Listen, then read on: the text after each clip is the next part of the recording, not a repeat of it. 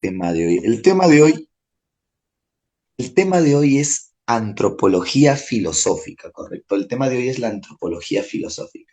Y la antropología filosófica, primero que nada, ¿qué es? Es una disciplina filosófica, es una rama de la filosofía, es parte de la filosofía. Ahora bien, la pregunta que nos hacemos es, ¿y qué es lo que estudia, profesor? El objeto de estudio de la antropología es el hombre, o también otra manera en la que se puede decir es la condición humana, la parte aquí en la que he resaltado, ¿correcto? Muy bien. Me parece que por acá puedo hacer anotaciones. Es lo bueno de acá, de Zoom, ¿no? Ya, bueno, entonces podemos decir que su objeto de estudio es el hombre o también la condición humana. Cualquiera de esas dos formas, ¿correcto?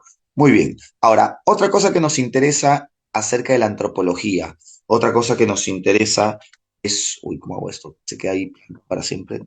Vale, ya está. Ya. Otro aspecto que nos interesa por parte de la antropología es que en el fondo la antropología también presenta interrogantes, ¿correcto? Presenta interrogantes. Entonces, cada interrogante particularmente aborda un tema respecto al hombre o al ser humano. La clásica pregunta que podemos hacernos es, ¿qué es el hombre, no? Claro, hasta ahí no hay inconvenientes, todos hemos escuchado esa pregunta. Sin embargo, el detalle está en que también a veces las preguntas presentan el tema de forma tácita o implícita. Por ejemplo, ¿qué pasaría si la pregunta dice, ¿no? Juan es un joven que recientemente no sé, pues ha experimentado o ha conversado con muchas personas, ¿no? Y se da cuenta que las personas piensan de diversos modos, pero todas estas deben tener un mismo origen. Entonces Juan se pregunta, ¿cuál será su origen?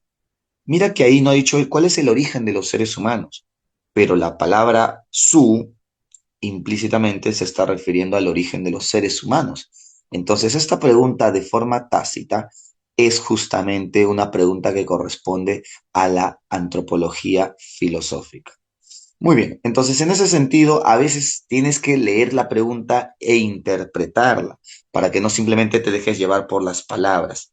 La tercera pregunta es, ¿cuál es su naturaleza? Cuando hablamos de su naturaleza, nos referimos pues a la naturaleza de los seres humanos. Y la palabra naturaleza en filosofía significa características importantes que lo diferencian o lo distinguen. En otras palabras, lo definen como su esencia, ¿correcto? Muy bien, entonces preguntarnos por la naturaleza del hombre es preguntarnos por su esencia o sus características importantes.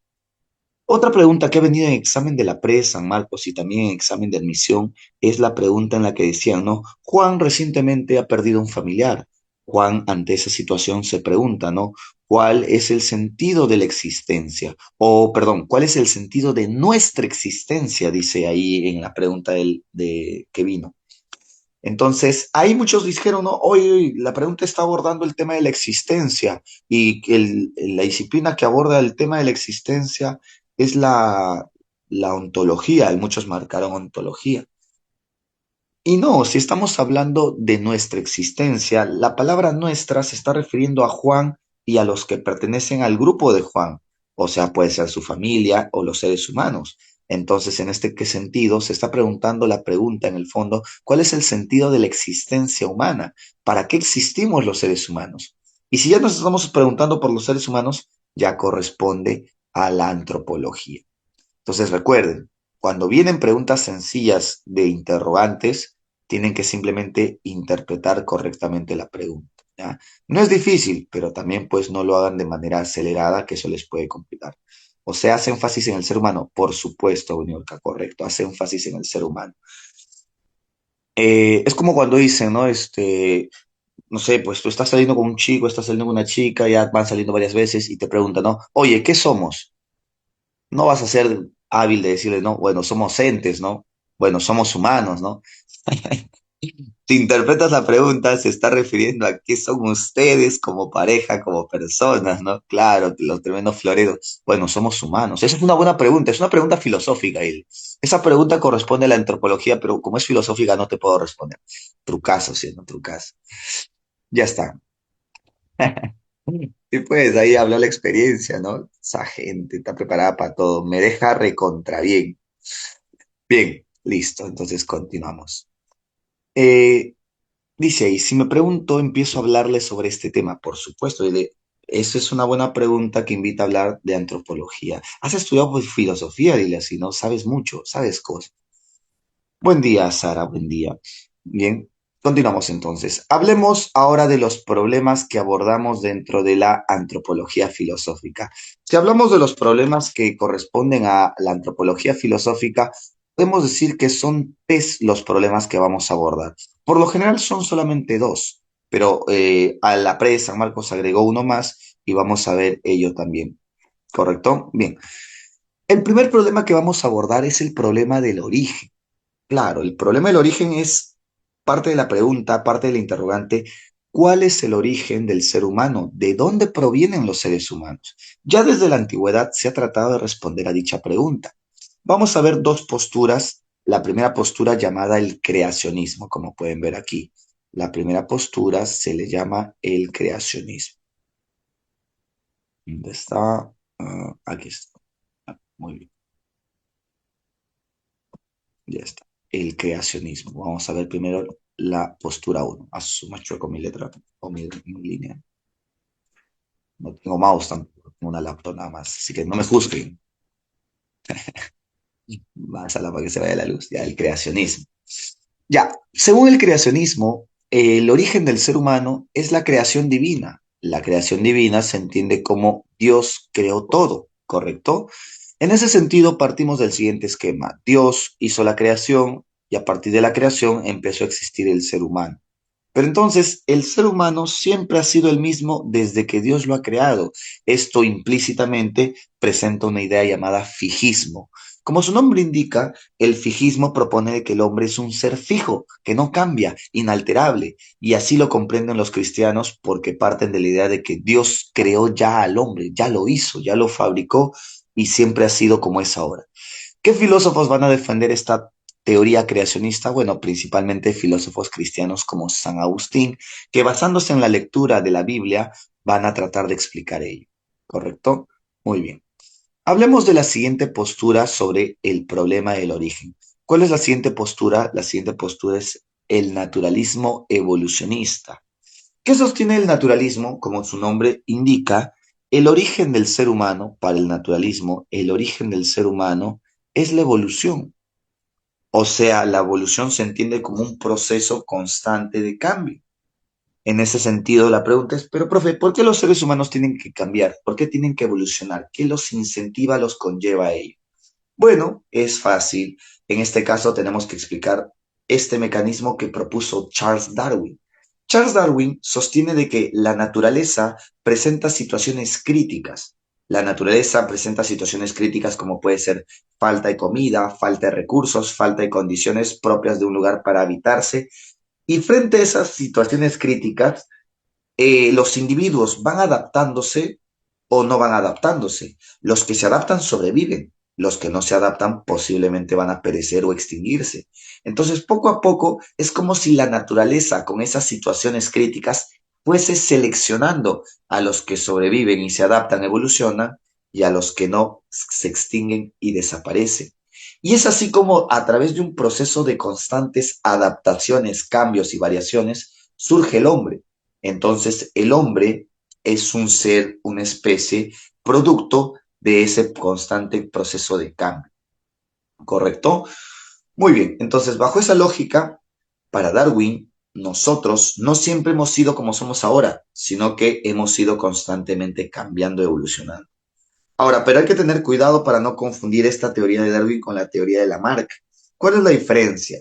Lamarck creía que la evolución es un proceso lineal donde cada vez estamos desarrollando una faceta nueva y en la misma medida que nos vamos perfeccionando. Nuestra evolución actual sería superior y mejor que la evolución anterior. Y en realidad la propuesta de Darwin no era así. Darwin había propuesto en realidad de que todos los cambios no tienen una función definida, simplemente son cambios aleatorios, contingentes. Por ejemplo, en varios libros de biología te van a señalar de que en la evolución simplemente hay modificaciones. No hay modificaciones buenas ni malas, simplemente hay modificaciones. Ya que después esa modificación le demos una utilidad o alguna función, es algo secundario, pero en un principio las modificaciones surgen. Es más, ahora mismo quizás nuestro organismo va a ir modificándose, pero esas modificaciones no van a ser tan significativas o no van a ser tan sobresalientes como para considerarlas evolución. Y para Darwin, esas modificaciones o incluso la evolución misma no sigue un proceso de perfeccionamiento como sí proponía Lamarck. Esa sería la diferencia, ¿ya? Muy bien. Sin embargo, pues estas teorías de Darwin son un poco distintas a las que había propuesto eh, Friedrich Engels, ¿correcto? ¿Por qué, profesor? Porque para Friedrich Engels el hombre ya no se encuentra en una condición natural o en una situación de naturaleza. Por lo tanto, el hombre, si bien es cierto, evoluciona, lo que impulsa su evolución ya no es la naturaleza, según él, sino más bien es la relación social del trabajo. Ya que en el trabajo el hombre interactúa con la naturaleza. Yo, por ejemplo, puedo empezar a agarrar la madera, interactúo con la madera, la corto, la puedo limar, pulir, lijar. Entonces, en la medida que yo trabajo, me relaciono con la madera y la naturaleza, cada vez voy conociendo mejor a la naturaleza, cada vez voy entendiendo mejor a la madera y cada vez yo mismo también me voy perfeccionando como experto en la madera o en la carpintería. Entonces, la propuesta de Engels es que si el hombre desarrolla habilidades, capacidades o facultades, esto se debe principalmente a qué? Se debe principalmente al aporte desarrollado en el trabajo. El trabajo nos impulsa a ello. Es más, él pone un ejemplo claro. Engels dice, si dejamos de ser monos y nos transformamos en hombres, fue porque parte de estar constantemente trabajando, desarrollamos los pulgares de la mano. Y los pulgares en la historia nos han jugado un papel muy, muy importante. ¿Correcto? Muy bien, esa es la propuesta de Engels. Ahí ya vimos lo que son, pues, el primer problema, el problema del origen del ser humano. Dos teorías, la teoría creacionista y la teoría evolucionista. ¿Correcto? Bien, hasta ahí, ¿cómo vamos? ¿Vamos bien? Sí, se entiende, a ver, me confirman. Sí, me dicen todo bien, profe. Ya, listo, continuamos entonces. Ya. Vamos a lo que nos interesa porque es lo que más viene en examen de admisión. Ni siquiera el primer problema es muy frecuente en examen de admisión. Lo que sí viene en examen de admisión es el segundo problema, el problema de la esencia del hombre. Se le llama el problema de la esencia del hombre o también pues el problema de la naturaleza humana. ¿Cuáles son las características o la característica que poseemos que al mismo tiempo nos distingue, nos diferencia del resto de personas? ¿Correcto? Aquí vamos a ver primero que nada la definición clásica. ¿Por qué se le llama la definición clásica? Porque es la manera en la que se ha definido al hombre partiendo de Aristóteles y al mismo tiempo es la que más se ha aceptado a lo largo de los siglos o años por la mayoría de científicos y filósofos, así como intelectuales. Entonces, la teoría clásica o la definición clásica nos presenta al hombre, como Aristóteles diría, como un animal racional, ¿correcto? Pero la pregunta es, ¿por qué el hombre es un animal racional? Bueno, el hombre es un animal racional porque el hombre puede pensar, el hombre puede tener lenguaje articulado, lo que vemos aquí abajo. Ser un animal racional consiste en tener una diferencia específica. El hombre es el único animal que puede pensar, pero también el hombre es el único animal que puede articular un lenguaje hablado y comprenderse a partir de ese lenguaje hablado. De ahí que Aristóteles dice que los seres humanos nos juntamos, nos asociamos con otros seres humanos como seres racionales. Y ese hábitat o ese grupo que creamos es el ambiente político. ¿Por qué el ambiente político? Porque justamente en el ambiente político se desarrollan o conviven personas racionales que pueden comprender reglas, normas, leyes, porque son racionales. ¿Me dejo entender? Bien, vamos a poner aquí un ejemplo más puntual o concreto. Por ejemplo, el libro de la selva, que es un dibujo y una película que han sacado, bueno, recientemente, no, hace mucho, ¿correcto? ¿De qué va el libro de la selva? El libro de la selva es un chico, un niño, un recién nacido que se pierde en la selva, ¿no? Y en la selva, pues los animales lo cuidan, lo crían, podemos decirlo así, pero ahí el individuo, el niño, llega a hablar, habla con el oso, habla con la pantera, ¿no? Con Bagheera, Ya, esto es una metáfora, esto en el fondo no podría ser posible, porque claro, si un infante se pierde en la selva y siempre ha estado alejado, supongamos que ya sobrevive con comida, pero siempre ha estado alejado de las personas y de la sociedad, no va a poder aprender a hablar, porque parte de aprender a hablar es imitar las palabras que escuchamos y articulamos, pero si él no tiene esa capacidad, entonces no podría. Por eso mismo, para Aristóteles, ser animales racionales nos conlleva a ser animales políticos, porque solo podemos desarrollar nuestro pensamiento y nuestra razón en un ambiente racional junto con otros seres racionales que es la polis. Algo similar a Tarzán, podríamos decir que sí, mira, Tarzán también es un buen ejemplo, no lo había visto de ese modo, ¿ya? Claro que tratan de demostrar en Tarzán de que en realidad, pues, ¿cómo se dice? Tratan de demostrar que el civilizado es el salvaje en el fondo, ¿no? Y el salvaje es el más humano, ¿no? Porque se preocupa, interactúa con la chica, etcétera. Bueno, es un mensaje de fondo también el que tiene Tarzán. Claro. Bien, ¿qué acaban de mandar? ¿Qué es eso? Ah, ya, es un individuo que no se ve bien. Ya. Continuamos. Entonces, continuamos con la siguiente parte. Ah, ya, algo más que quiero señalar, muchachos. Quiero señalar la postura optimista de Aristóteles. A lo largo de las tendencias filosóficas que vamos a señalar, a lo largo de las tendencias filosóficas que vamos a señalar, eh, ¿cómo se llama esto? Ah, ya, vamos a diferenciar las teorías antropológicas de manera como posturas optimistas o también como posturas pesimistas, ¿correcto? ¿Cómo así, profe? No entiendo. A ver, te explico. Vamos a llamar optimistas, recuerda, escribe esto si puedes, ¿ah? Se le va a llamar optimista a aquellos que propongan una teoría donde el hombre tiene la capacidad de mejorar tanto su vida como la convivencia o relación con los demás, ¿correcto? Vuelvo a repetir, se le va a llamar optimista a todo aquel filósofo que propone una visión del hombre con capacidad de mejorar su vida y mejorar su propia convivencia con los demás. Ya. Si tú encuentras a alguien así, podemos decir de manera optimista que el ser humano puede mejorar, claro, su calidad de vida, por ejemplo, ¿no? Un ejemplo más concreto, los hermanos, por ejemplo, ¿no? Muchos de ustedes deben tener hermanos, ya sean mayores, hermanos menores. De todos los que aquí presentes tienen hermanos, todos en alguna oportunidad hemos peleado con nuestro hermano o nuestra hermana, ¿no? No hay alguien aquí que me pueda decir, profe, yo jamás me he peleado con mi hermano o con mi hermana, jamás. Bueno, a menos que sea mucho mayor, ahí sí. O no tengas hermano, claro, casi me mata varias veces. Sí te creo, Eduardo. Créeme que tu hermano no es el único. Pero, ¿a dónde voy con todo esto? Al hecho de que yo te pregunto, ¿tú crees que llegaría el momento o la etapa donde tú y tu hermano maduren, desarrollen su pensamiento autónoma y puedan convivir tranquilos, sin pelearse? ¿Tú crees que es posible o no? Tú me dices, profes, yo creo que sí. Mira, yo te soy franco, yo era pesimista, yo decía, no, ya estamos condenados a odiarnos, yo y mi hermano. Yo creía eso.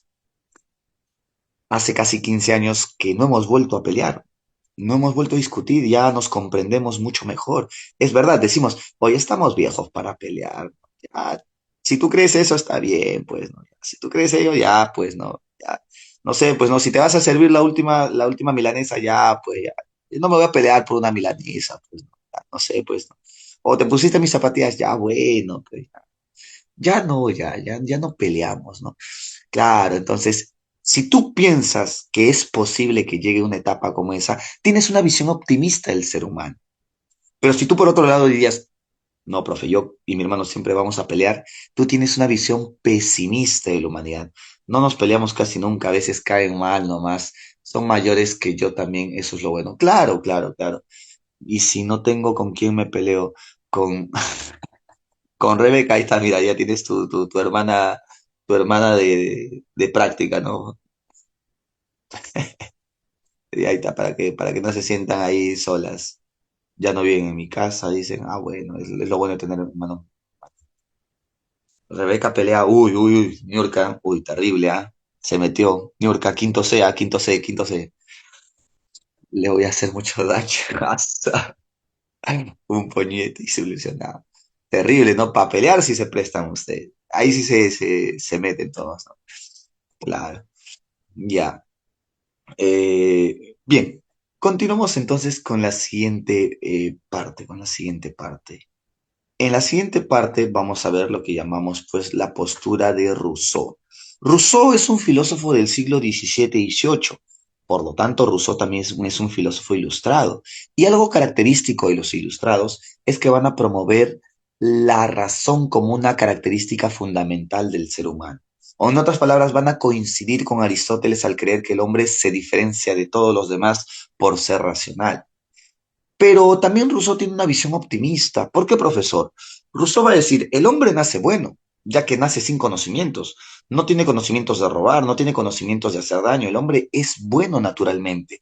Es más, los niños naturalmente quieren ayudar a otros. Los niños naturalmente quieren ayudar a sus familiares o se preocupan mucho por su familia. Entonces los niños son nobles y son buenos. Profe, pero entonces, ¿por qué mi amigo me robó mi pilot, por ejemplo, no? Profe, entonces, ¿por qué mis amigos en el colegio me hacían bullying? Ah, bueno, lo que pasa es que la sociedad los ha corrompido, la sociedad los ha degenerado. Entonces, bajo esa lógica, profe, ¿por qué sería optimista si nos han degenerado, nos han, digamos, hecho daño a la sociedad? Bueno, porque eso no es definitivo. Rousseau dice, el ser humano tiene la razón, es racional, y gracias a la razón puede modificar la educación y la política para regresar a ese estado que en el cual todos teníamos, el estado de nobleza o bondad inicial, me dejo entender.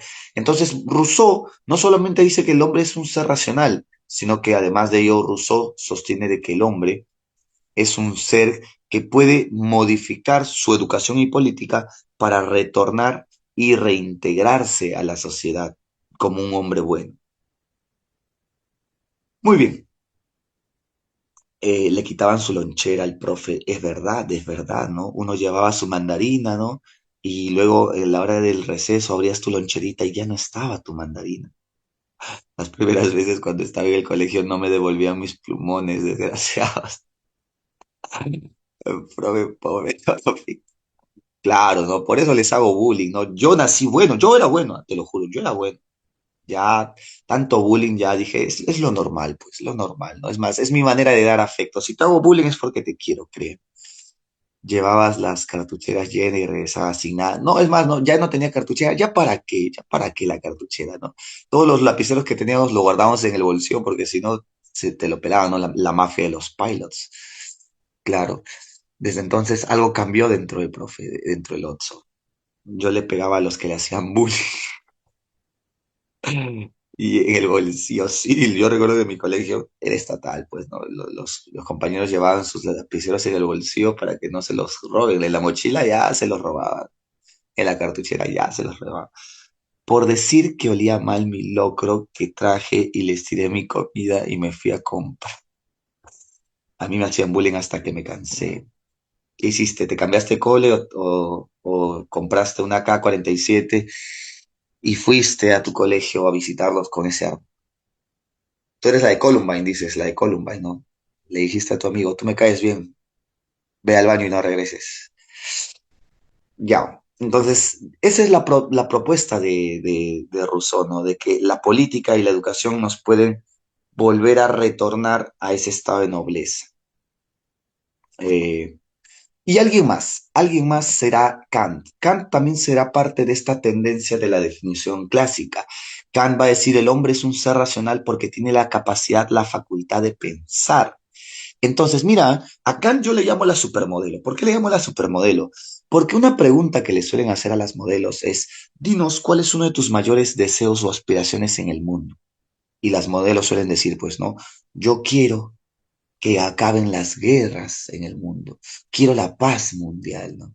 Ya, claro, Kant es la supermodelo porque Kant creía que los seres humanos podríamos madurar y desarrollar tanto el uso de nuestra razón que todos vamos a generar sistemas políticos republicanos. Y con los sistemas políticos republicanos ya no tendríamos pues conflictos, guerras y entraríamos a una etapa de paz permanente, de paz perpetua. Por eso Kant es la supermodelo. Si a Kant le preguntaran, oye, ¿cuál es tu mayor deseo, aspiración? La paz mundial, la paz perpetua, ¿no? Recuerda con su manito saludando, ¿no? Manito de modelo. Así es. ¿Qué, qué dice ahí? ¿Quién es ese moderador de GCA? Se entrega el show también, creo. La neta se comí mi pan con jamonada cuando me fui al baño. No, pasé los nombres completos de... Pero yo fui más las hábil y les puse sus mochilas en la basura. Y yo me quedé sin la chedilla, se quedó de mochila. Terrible, ¿ah? Bueno, así empieza Joker, pues, ¿no? El Joker empezó porque la sociedad lo corrompe, ¿no? La sociedad lo corrompe. Así es. No me sabía eso, tutora. O sea, usted tiene potencial como, como Joker, ¿no? Es verdad, ¿no? Yo recuerdo que una oportunidad, es verdad, alguien al que le hacíamos tanto bullying se cansó y le quemó la mochila a un compañero, sí, llevó encendedor, gasolina y le quemó la mochila. Que éramos colegio nacional, pues, ¿no? ¿Qué les puedo decir, no? Todo podían meter al colegio.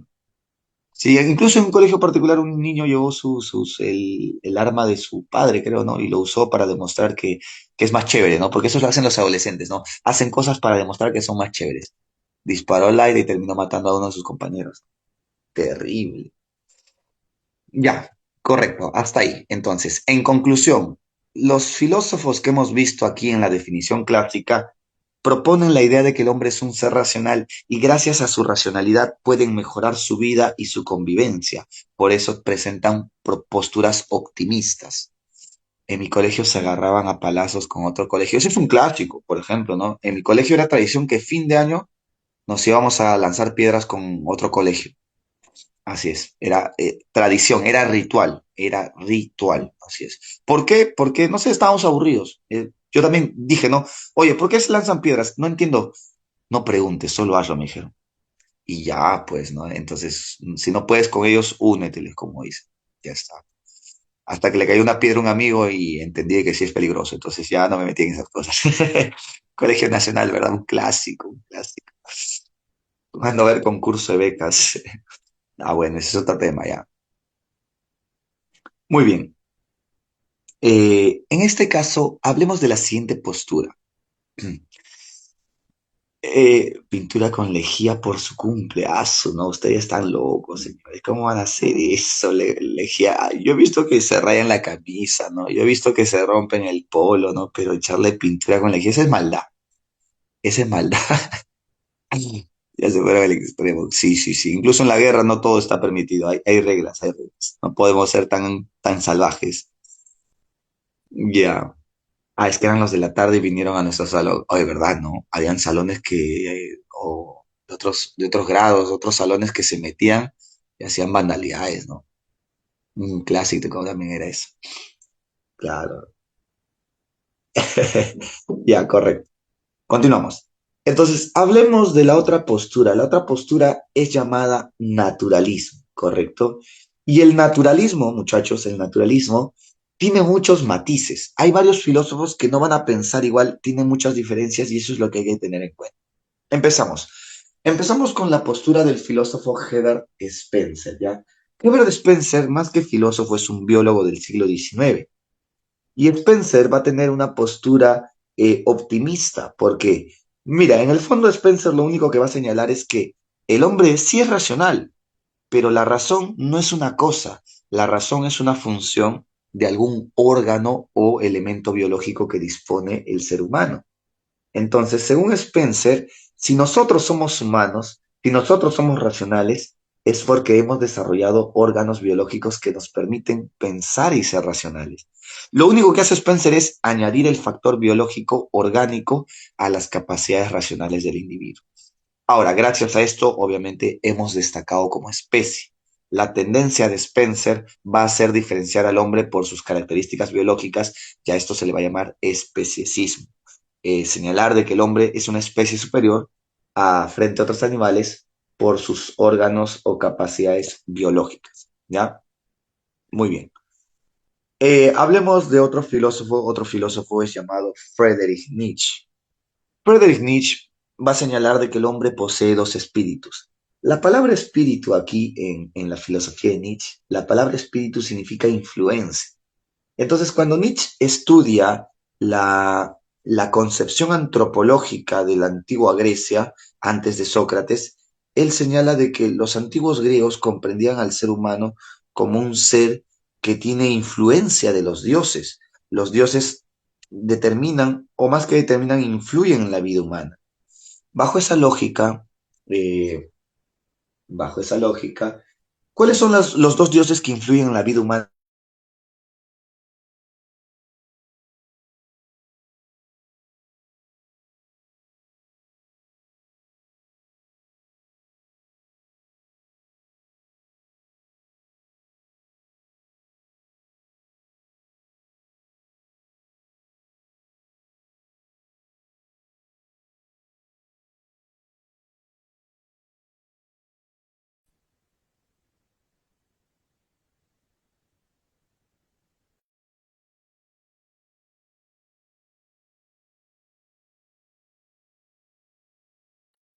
Chicos, parece que fue un tema de corrección del maestro. Ahorita le voy a escribir para ver qué nos diga qué se pasó ya. No se preocupen. Disculpe, Sí, disculpe. pensé que era mi señal. Ahí está, maestro. Ahí está. Regreso. Revivió. Gracias, disculpen, era mi internet, me imagino, supongo, quiero creer eso, ¿no? Eh, ya, pensé que era mi señal. No, parece que es mi señal, señores, parece que se había desconectado por un instante. Ya, entonces nos habíamos quedado hablando de Nietzsche, ¿no? Entonces les decía, para Friedrich Nietzsche, el hombre presenta dos influencias en su vida, en su cotidianidad. Hay momentos donde nosotros como seres humanos buscamos controlar la situación. Por ejemplo, ustedes ahora mismo se están controlando, ustedes quizás se están moderando, ¿no? O cuando aparece la chica, el chico que te gusta, ¿no? Tú disimulas, ¿no? No te quedas viéndolo, ¿no? No te quedas, quizás ahí, observándolo todo el día. Quiero creer que no es así, eso ya es acoso, señores. ¿Ah? No, por supuesto, te moderas, te controlas. Entonces, en ese sentido, Dios influye en nosotros. Dios influye, hablamos de Apolíneo. El Dios Apolo influye en nosotros porque controlamos nuestras acciones, ¿correcto? Eh, en ese sentido, aparte de Apolo, que representa el control, está Dionisio. Y Dionisio busca también influir en nosotros. ¿De qué manera influye? Dionisio influye en la medida de que no buscamos controlar la situación. Al contrario, buscamos el descontrol, buscamos liberarnos, buscamos sentir. Por eso es que Apolo, como representa el control, representa la razón. Y Dionisio, como representa el descontrol, a la liberación, representa las pasiones. Claro, hay situaciones donde tú buscas controlar tu vida, por ejemplo, planificas, a ver, tengo tanto tiempo, tengo tantos días, voy a hacer un cronograma, un objeto de estudio, voy a planificar mi horario, etcétera. Apolo te permite razonar y con ello controlar tu vida.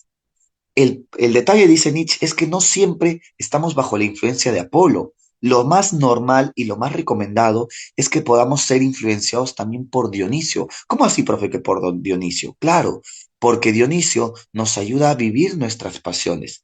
Si nosotros reprimimos, y eso es lo que ha hecho Occidente, por eso Nietzsche critica Occidente, el cristianismo y la modernidad han querido olvidar ese lado pasional del ser humano. Han querido ver al ser humano simplemente como un ser racional y al olvidar e ignorarlo, simplemente han tenido por ocultar el problema de fondo. Ahora, una prueba definitiva de esto que te estoy comentando, de que el hombre es un ser racional, pero también pasional desde la filosofía de Nietzsche, es la tragedia griega. Nietzsche se pregunta, ¿por qué los griegos crearon la tragedia? Bueno, los griegos crearon la tragedia porque los griegos querían disfrutar de sentir sus pasiones, liberar sus pasiones, pero poco a poco ir regulándolas o controlándolas. A eso se le llamó la tragedia griega. ¿Cómo es que nosotros usamos ambas para disfrutarlas y equilibrarlas, correcto? Muy bien. Claro, haciendo un balance, ¿no? Como un balance. Es gracias a esta tendencia que Nietzsche propone el ideal del superhombre. El ideal del superhombre es el ideal en el cual nosotros superamos la muerte de Dios, superamos la pérdida de los valores, ¿correcto? En ese sentido, el hombre en un inicio, dice Nietzsche, es como un camello. ¿Por qué como un camello? Porque el camello es un animal de carga que obedece y el hombre es como un camello porque le imponen una moral y él tiene que cargar y obedecer dicha moral. Es muy sumiso. Obviamente el hombre posteriormente se transforma en un león. ¿Por qué en un león? Porque un león es rebelde, es díscolo y el hombre se rebela contra los que le están imponiendo la moral y las reglas que deben hacer o ejecutar. Y una vez que el hombre se libera, el león se transforma en un niño. ¿Pero por qué, profe? ¿Por qué el hombre se transforma en un niño? Porque los niños son creativos y los niños, a través del juego y la creación, van disfrutando de su existencia impulsada, pero no por la razón, sino por las pasiones. Por ejemplo, ¿no? Les decía yo que estuve encerrado con otras 20 personas en un lugar sin acceso a celular, sin acceso a internet, simplemente, ni relojes, no sabíamos ni qué hora era. Y estábamos al principio conversando, dialogando, pero muchas conversaciones se tornaban aburridas. Entonces las personas ya no sabían qué hacer. Y es ahí donde descubro un juego de mesa llamado Monopolio. No me van a creer, muchachos. Habremos estado 2 días más encerrados y no sentimos que fue 2 días, porque lo único que hacíamos era despertarnos, desayunar y ponernos a jugar Monopolio. Y en el juego de Monopolio pasaban como 8 o 9 horas, pero disfrutábamos, nos apasionaba el juego. Y más aún, el juego despertaba nuestro, digamos, ¿cómo se dice? Nuestra emoción, me dejó entender. Claro, por ejemplo, había un economista, ¿no? Y todos creíamos que el economista iba a ganar, porque ese economista, decíamos, tiene poderes, va a ganar el monopolio. Y obviamente no ganó. Quien ganó el monopolio fue una chica que era psicóloga, ¿no? La psicóloga ganó el monopolio, ¿no? Pero es eso, los niños, cómo disfrutan de su vida, no siendo racionales, sino más bien siendo pasionales, dejándose llevar por la emoción y el juego a través de su creatividad, ¿correcto? Muy bien. Se duerme la tota. Muy bien. A lo diño, ¿no?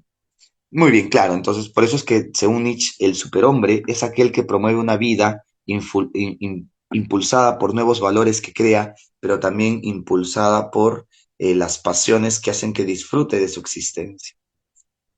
Muy bien, ya está. Muy bien, continuamos. Entonces, hablemos de la postura de Schopenhauer. En el caso de Schopenhauer, Arthur Schopenhauer va a señalar de que el hombre es un ser que desea y como el hombre es un ser que desea, no va a poder satisfacer su deseo. Ser un ser que desea es tener algo que nos falta, es tener incompletitud, se le va a llamar. Yo, por ejemplo, veo que ustedes quieren ingresar. Si ustedes desean ingresar es porque aún no han ingresado, es decir, porque les falta eso. Entonces, nosotros a lo largo de nuestra vida siempre vamos a estar deseando, dice Arthur Schopenhauer. No podemos evadir, no podemos ocultar y deshacernos de ese deseo. Por ende, siempre que actuemos será en función de nuestro deseo y eso nos conllevará a usar a otras personas muchas veces. Por ejemplo, quizás yo deseo dinero y como deseo dinero me pongo a dictar clases y los uso a ustedes como forma de acceder y obtener dinero. En ese sentido, Schopenhauer va a decir, eso hace que el hombre sea un ser despreciable, porque todo lo que va a ser con el objetivo de satisfacer su deseo. Por lo tanto, usa o utiliza a los demás. Es un ejemplo, obviamente, es un ejemplo. Yo no los uso. Eh, bueno, eso creo, eso pienso, ¿no? Algunos de ustedes dirán, profesor, no, si nos usan. No, no creo, no creo. Son habladurías, ¿no? Son rumores, son a los becados, no. Claro, podría ser a los becados, no. Pero mira, los becados están utilizando a los docentes entonces, porque nos ven solamente como forma de obtener conocimientos para ingresar. Claro, puede ser, ¿no? En fin, son al fin y al cabo las propuestas de Schopenhauer, que hacen ver al hombre como un ser negativo, despreciable, que nunca va a superar su deseo y eso lo hace ver pesimista. Pero ya está, continuamos. El filósofo Thomas Hobbes. Thomas Hobbes es un filósofo moderno del siglo XVII, quien va a tener una postura pesimista. ¿Pero por qué? Porque Hobbes define al hombre como un ser pasional. Cuando hablamos de las pasiones, queremos decir que el hombre experimenta emociones, el hombre experimenta apetitos, el hombre experimenta instintos. y las acciones que realice serán efectos, serán consecuencia de las emociones, apetitos o instintos que tiene el hombre. Por ejemplo, ¿no? Por ejemplo, eh, imagínate, ¿no? Imagínate que tú estás en el colegio y tú no tienes lapicero y tu amigo tú y tu amigo están en un examen y tú no tienes lapicero y tu amigo sí tiene. ¿Qué haces? Experimentas envidia. Dices, no puede ser que no tenga lapicero y mi amigo sí. Y como estás en un examen y no quieres reprobar, jalar el año, ¿qué haces? Como sientes envidia y al mismo tiempo miedo de jalar el año, eso te conlleva a la acción de robar. Robas por tus pasiones, impulsado por tus pasiones. Entonces, por eso es que aquí Hobbes va a decir, como el hombre es un ser pasional, siempre vamos a experimentar una pasión y siempre eso nos va a conllevar a actuar de manera egoísta. El hombre es egoísta por naturaleza. Y un claro ejemplo lo tienen ustedes son el claro ejemplo. ¿Por qué? Porque muchos de ustedes iban al colegio y en el colegio iban, compraban unas papitas, iban, compraban unos cuates y lo ocultaban en su camisa, en su casaca, en su ropa. ¿Por qué? Porque no querías que los demás se enteren. ¿Y por qué no querías que los demás se enteren? Porque tú querías disfrutar comerte solo todas esas papitas, todos esos cuates, claro. Llegabas al salón sin hacer muchos movimientos, dejabas la bolsa en tu mochila, lo abrías ligeramente para que no se escuche y poquito a poquito sacabas de tu mochila una galletita, una papita, un chisito y te ibas comiendo. ¿Por qué actuabas de ese modo? Porque tú tenías un apetito, tú tenías la emoción de querer comerte todo solito o sola, ¿correcto? Claro, mi propita no me alcanzaba para el cuate, pero ya, ya no almorzaba encima y me quería quitar. Es verdad, pues, no, es verdad. Entonces, incluso, ¿no? Incluso si por ahí eras descuidado y hacías sonar, pues hacías sonar la bolsa, ¿no? Sonaba, ¿no? Inmediatamente todos tus compañeros como zombies volteaban a ver, ¿no? ¿Quién es el que tenía ello? Volteaban a ver y te veían a ti comiendo. De frente, como zombies, se te acercaban, te extendían la mano y te decían, invita. Y claro, ahí hay dos opciones, ¿no? A que te cierres y digas, no te voy a invitar ni nada, ¿no? No te voy a invitar nada. Y, ¿Y por qué actuabas de ese modo? Porque eras egoísta, querías comerte todo solo, tenías hambre, se comprende, es verdad. Pero por otra parte, hay personas que también invitan. Y las personas que invitan, ¿tú qué crees? ¿Que lo hacen por solidaridad, por misericordia, por apoyo al prójimo? No, dice Fox. Si las personas incluso llegan a invitar, lo hacen de forma egoísta. Invitan porque saben que les conviene, porque más adelante, si ven que su amigo está comiendo algo, tienen todo el derecho a pedirles, extenderle la mano y decirle, tú también invítame. Entonces, si incluso llegas a invitar, es porque sabes en el fondo que te conviene. Eres egoísta, me dejo entender. Invitas por conveniencia. Tenía un amigo que pasaba su tupper de comida de carpeta en carpeta. Ya, eh, por más amigos como esos, ¿no? Por más amigos como esos. Yo tenía un amigo que se compraba su pollo a la brasa, ¿no? Y cuando se compraba su pollo a la brasa, todos detrás de él decían, hoy una papita, ¿para qué? Le decían una papita, se llevaban el pollo, terrible era. Así es. A mí me gustaba compartir, dice Sara. Bueno, Sara, déjame decirte que según Hobbes, bueno, para Hobbes no es posible que tú puedas compartir simplemente por el acto de compartir. Si tú compartes, es porque una emoción te conlleva a compartir. Por ejemplo, te pregunto, Sara, ¿no? ¿Qué pasaría si tú ingresas a la universidad? El primer día entras al salón, hay muchos asientos, hay muchas personas y quieres sentarte en uno de los asientos que está al lado de un chico o una chica. Tú te acercas y como persona amable preguntas, ¿no? Oye, este lugar está libre, quisiera sentarme. Este chico, esta chica te mira de pies a cabezas con una mirada de asco y te dice, no, estoy ocupado. Y pone su mochila. Ese gesto tan despreciable hace que tú sientas ira, molestia. Y a esa persona que te cae cuáquer, que te cae espeso, por más que le estén robando, no le ayudarías. No le ayudarías. Como la tutora, quizás vas y le pones la mochila en la basura. Claro, claro, claro.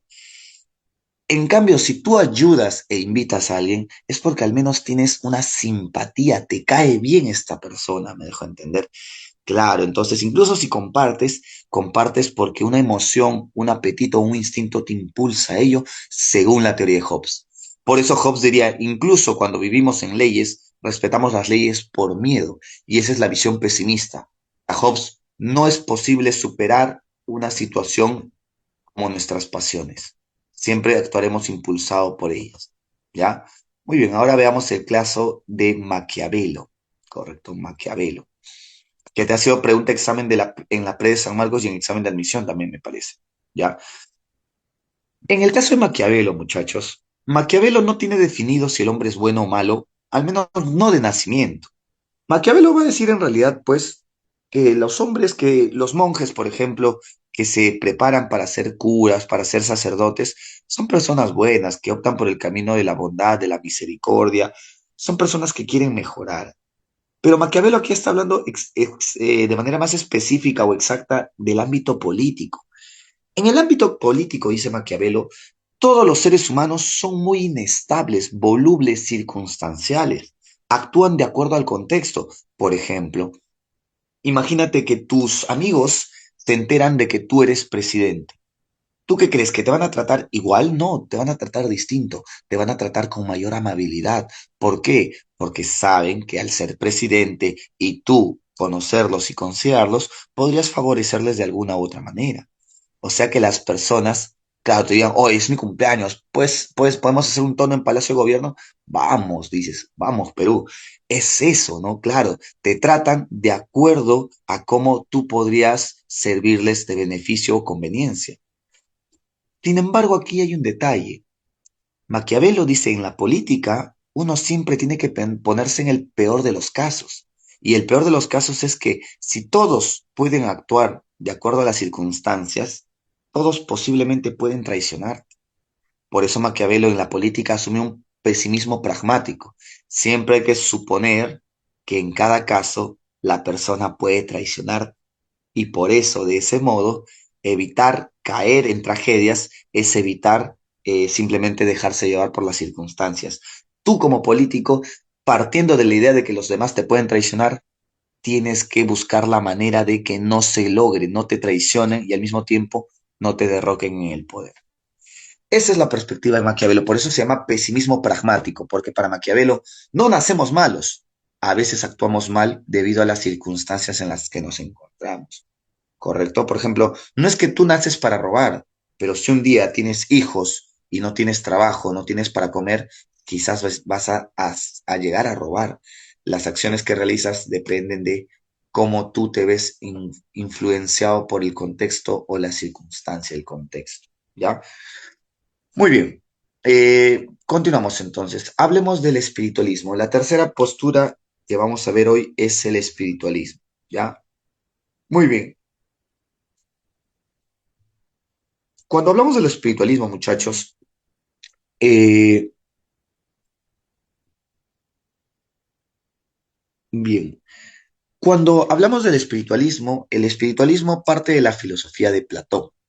Ahora, las veces que ha venido preguntas sobre el examen de admisión de Platón, ha venido una pregunta con un texto y muchos jóvenes no terminan de comprender, piensan que el profesor les ha engañado, se ha equivocado, porque en el texto dicen, no, Platón es dualista. Y muchos entran ya ahí, entran en coma, ¿no? Dicen, profe, pero usted me dijo que era espiritualista, se ha confundido, devuélvame mi dinero, pague mi examen de admisión. No, no está mal.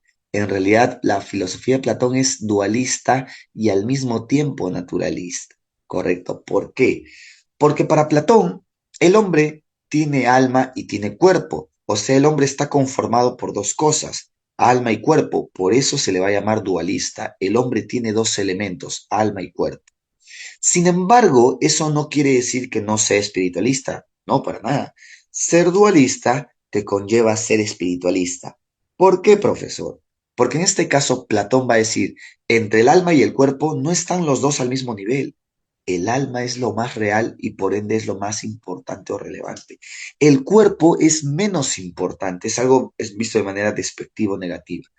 Entonces, bajo este enfoque, Platón establece una jerarquía entre el alma y el cuerpo. El alma es lo más real, el cuerpo es lo aparente. El alma por ser real es aparente, el cuerpo por ser aparente es mortal, puede desaparecer.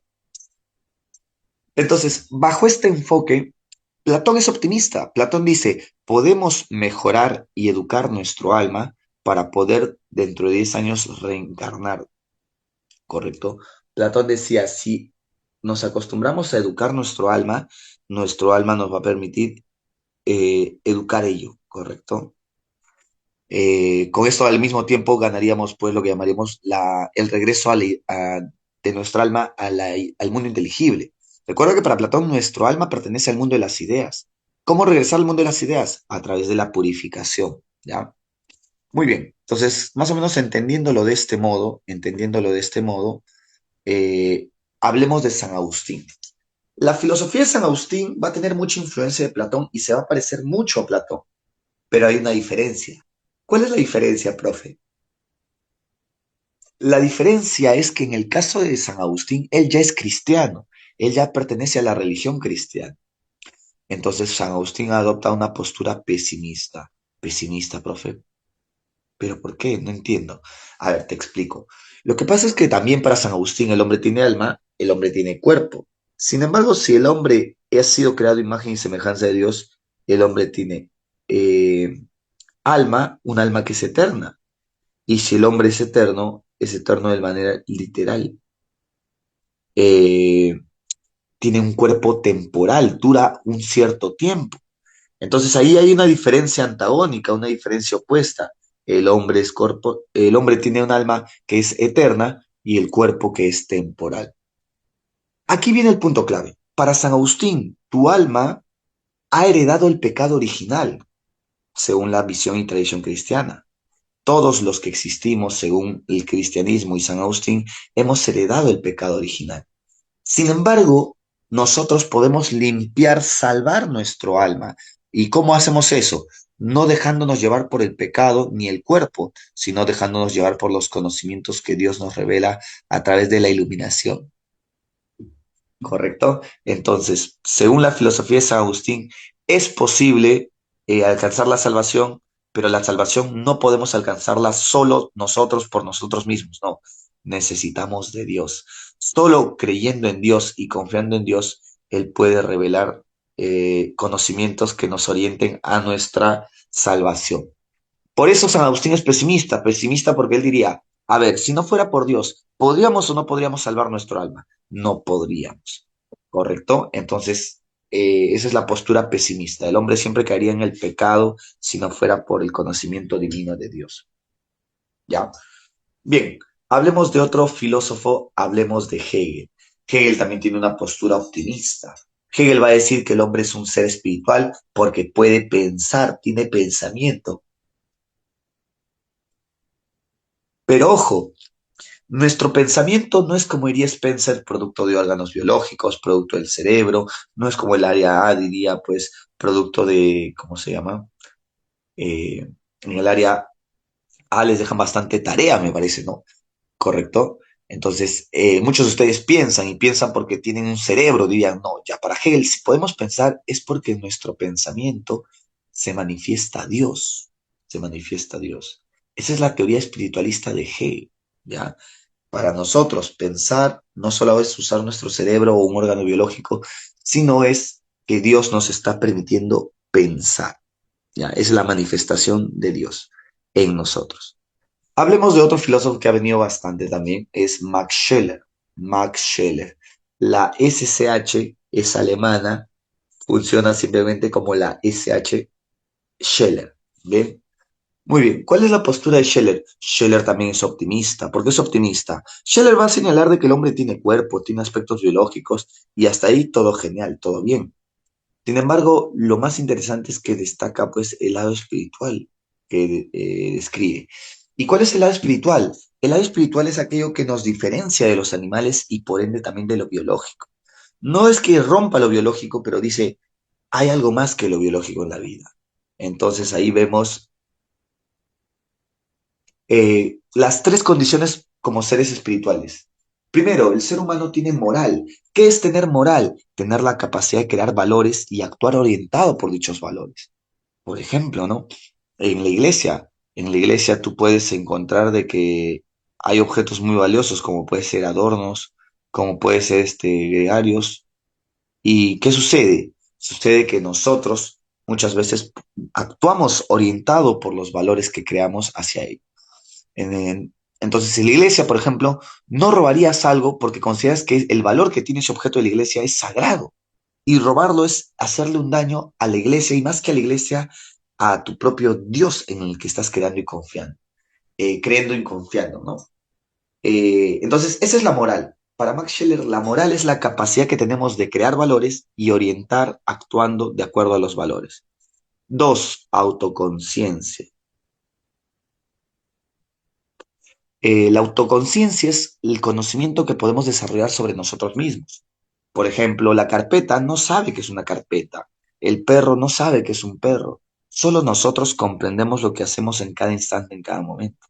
¿Me dejo entender? Y ya, por último, la tercera condición, la condición auto, ¿cómo se llama? Ah, ya, Lisa. La autonomía. ¿Qué es la autonomía? La capacidad que tenemos de actuar regulando nuestros instintos o en contra de nuestros instintos. ¿Cómo así? No entiendo, profe. A ver, supongamos que yo estoy pasando 6 de la tarde aproximadamente alrededor de una tienda, una panadería o una pollería y tengo hambre. No he almorzado en todo el día y menos el de ayer. ¿Qué hago? Voy a la tienda, me agarro el plato de las personas porque tengo hambre y bueno, ¿me puedo retirar cuando quiera? Pues no, básicamente no. La propuesta consiste en que nosotros tenemos la capacidad de actuar independientemente de lo que sentimos. Por ejemplo, ¿no? Yo puedo estar molesto, pero no porque esté molesto me voy a dejar llevar por mi ira y voy a empezar a agredir, a gritar a los demás. No, quizás yo puedo estar, digamos, muy entusiasmado y me creo una imagen, ¿no? Me creo algo eh, que pueda ayudarme a actuar, ¿no? Y eso es lo que me va a permitir controlar mis acciones, el controlar los instintos, el no dejarme llevar por el cuerpo o lo biológico. Gracias a estas tres características que está destacando Scheller, Scheller va a definir al hombre como un ser espiritual, pero al mismo tiempo el hombre va a ser una persona. Ser persona es tener la capacidad de actuar orientada por esas condiciones que te he mencionado. Bien, hasta ahí. Hasta ahí. ¿Cómo vamos? A ver, ya falta poco, ya faltan, estamos en la 3, faltan 5 nada más, 5 son 8. Pero ya son más cortos, son más breves. Hasta ahí. ¿Cómo vamos? ¿Vamos bien? ¿Dudas, preguntas, consultas, algo que no haya quedado claro?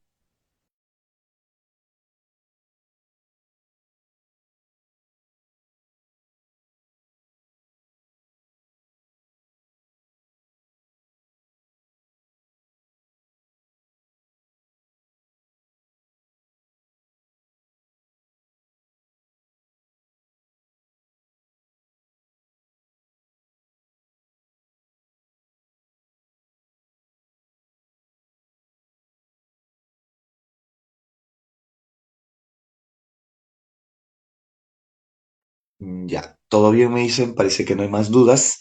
De milagro no estoy volando. Bueno, también puede ser porque ya hemos sintetizado bastante bien las posturas filosóficas de los autores, ¿no? Y los estamos viendo en un punto bastante central, que es su visión del hombre. Ya, continuemos entonces. A ver, déjenme abrir la otra foto, la otra foto. Ya, aquí está.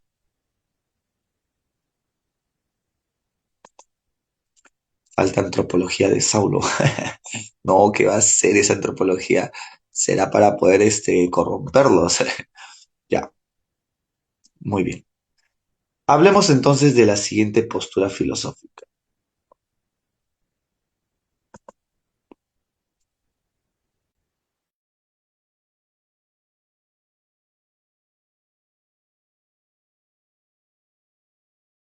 Ya, la postura del dualismo. ¿Qué es el dualismo? El dualismo es una postura propuesta por Descartes. Para Descartes, el hombre está conformado por dos sustancias, la sustancia llamada res cogitans y la sustancia llamada eh, res extensa, ¿correcto? Entonces, el hombre está conformado por Dios, al mismo tiempo está conformado por por Dios, digo, por la mente, por el espíritu, pero al mismo tiempo está conformado por el cuerpo. Ya, profe, pero eso me recuerda mucho a Platón. Entonces, Descartes es igual a Platón. No, no es igual a Platón. ¿Por qué? Porque en este caso no es igual a Platón, porque en el caso de Descartes, la mente y el cuerpo son distintos, pero están al mismo nivel. No es que uno tenga mayor jerarquía que el otro, no, están al mismo nivel. Es más, Descartes va a decir, ¿cómo es posible que yo, siendo un cuerpo material, pueda interactuar con mi mente que es inmaterial? ¿Dónde está la mente, el cuerpo, perdón, el espíritu, la mente o ¿cómo le llaman también? El entendimiento o el pensamiento? ¿Dónde está? En este caso, no hay un lugar donde pueda estar porque es inmaterial. Y lo más curioso es que él va a decir, bueno, debe haber un lugar donde interactúa el cuerpo material con la mente que es inmaterial. El lugar donde interactúan es la glándula pineal según Descartes. No está definido, pero es según Descartes. Ya está. Muy bien, entonces esa es la diferencia entre el dualismo y el espiritualismo de Platón. Hablemos entonces ahora del marxismo. Hablemos del marxismo.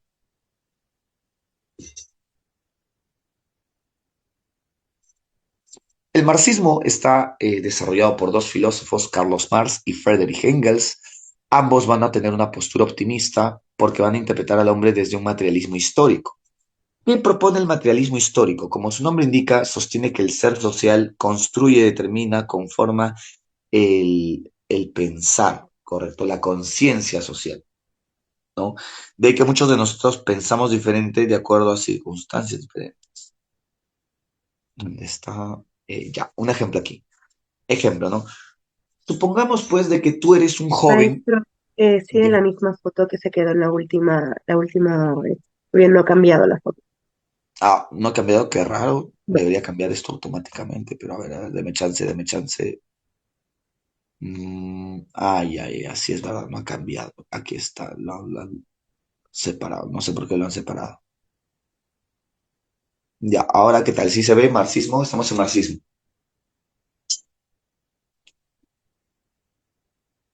Correcto, correcto. Ya está.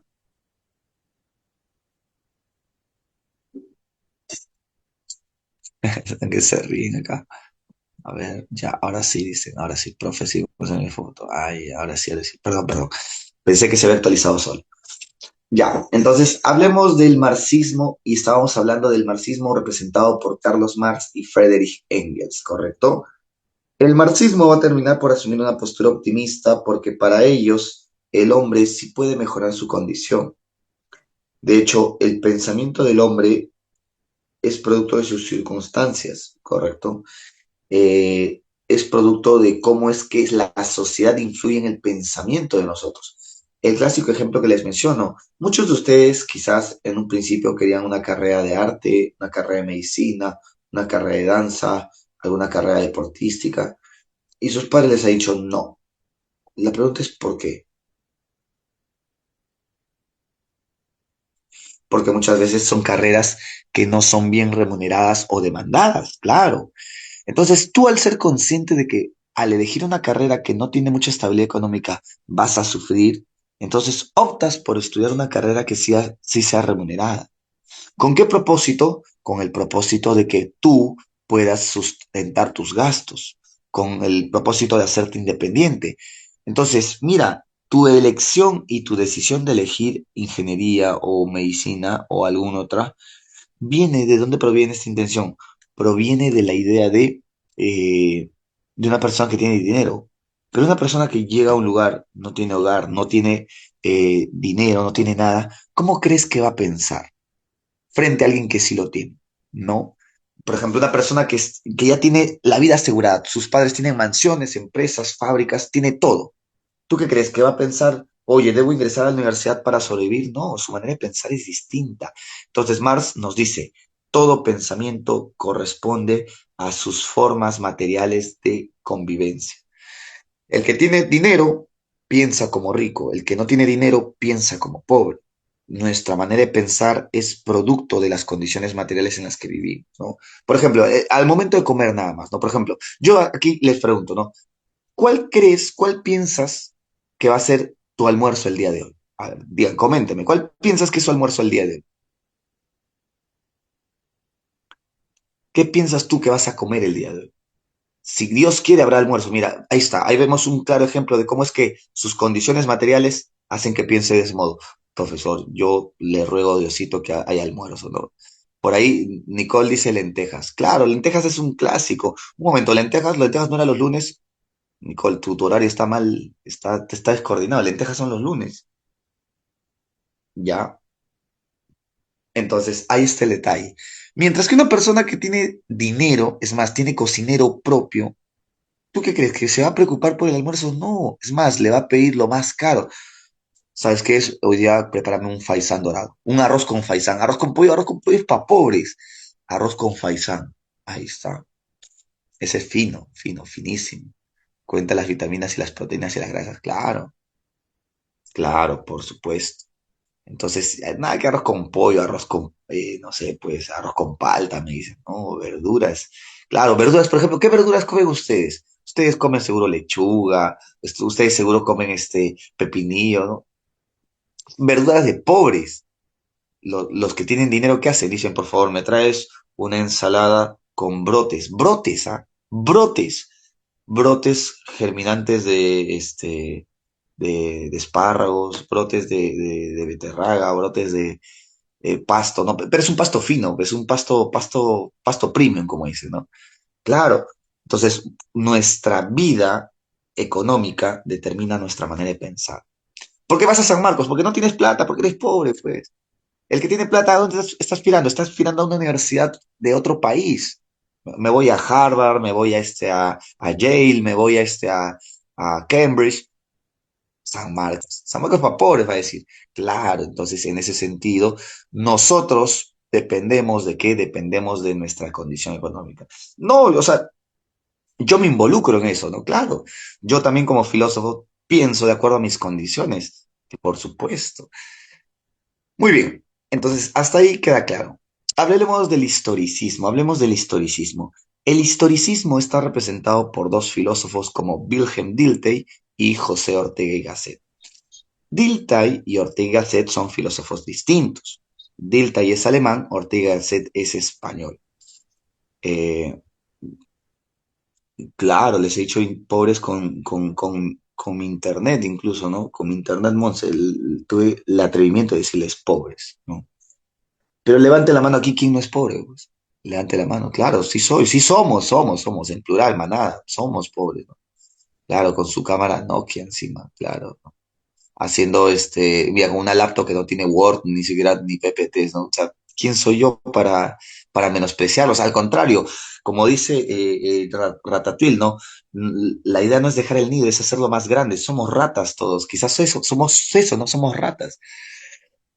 Eh, Bien, entonces, estamos hablando del historicismo, ¿no? El historicismo tiene a dos filósofos muy representativos, a Wilhelm Dilthey y José Ortega y Gasset, ¿ya?